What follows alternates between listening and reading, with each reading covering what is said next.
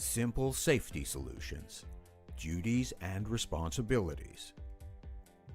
In Ontario, workplace health and safety is regulated by the Occupational Health and Safety Act, commonly referred to as the OHSA or the Act. Some people even call it the Green Book. Under the Act, maintaining a healthy and safe workplace is a shared responsibility among the employer, supervisor, and the workers themselves.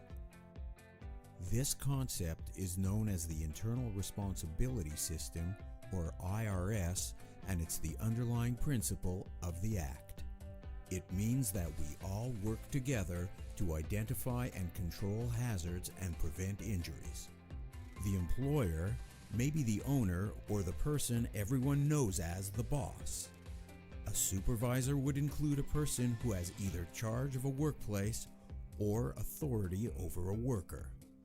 And a worker is generally any person who gets paid to perform work or supply services. But there's an exception. Co-op students, interns, and apprentices are also considered workers. Under the Act, each workplace party has very specific duties and responsibilities. The employer is ultimately responsible for establishing the health and safety program.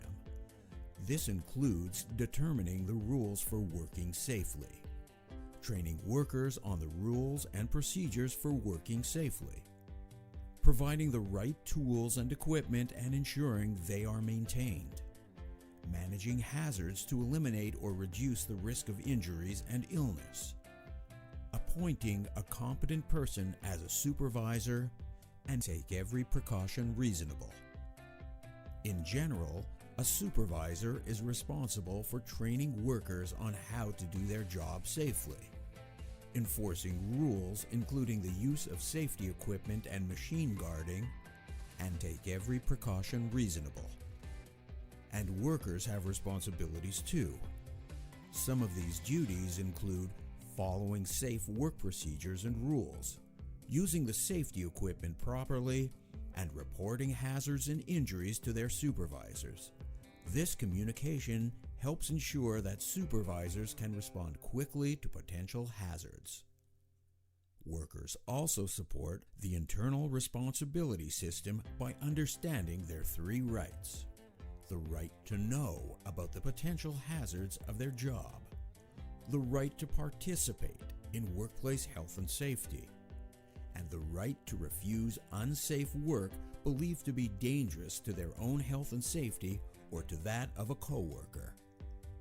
It's important to remember that a worker cannot be threatened or punished for following the laws.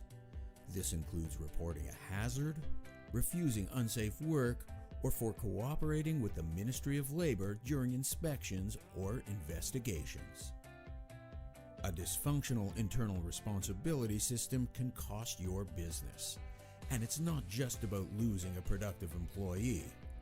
Workplace injuries and illnesses can result in higher WSIB insurance costs, not to mention Ministry of Labor work orders, tickets, and fines that result from non-compliance with the OHSA.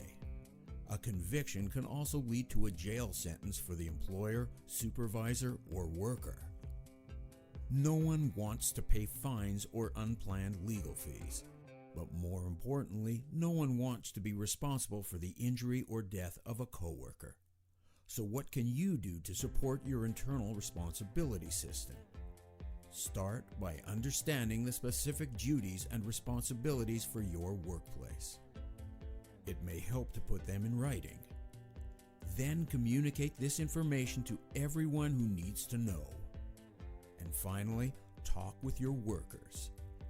Ask questions so you know everyone understands the important role they play in maintaining a safe and healthy workplace.